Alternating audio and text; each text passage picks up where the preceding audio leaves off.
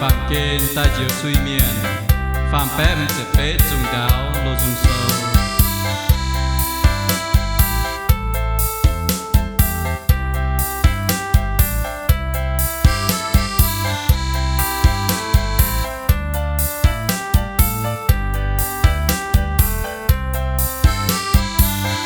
Dầu chiếu Giêsu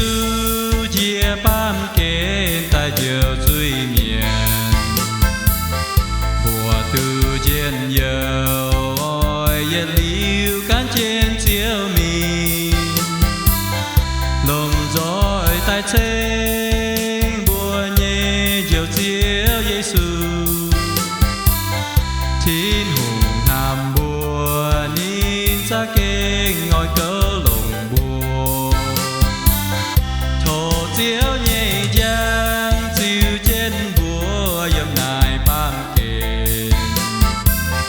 buồn bùa hai càn lòng dầu chiếu yết liu yết xây cho bùa can nhẹ buồn xin phụng phú trên hồ suối tìm nín lòng bùa nín sâu nín nhẹ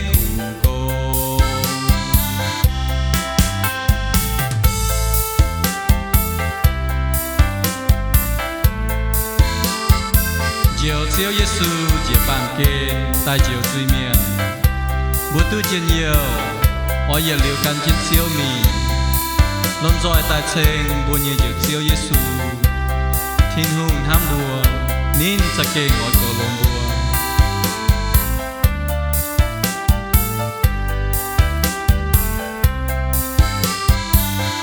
thổ chiếu nhẹ nhàng chiều trên bùa dầm đài bám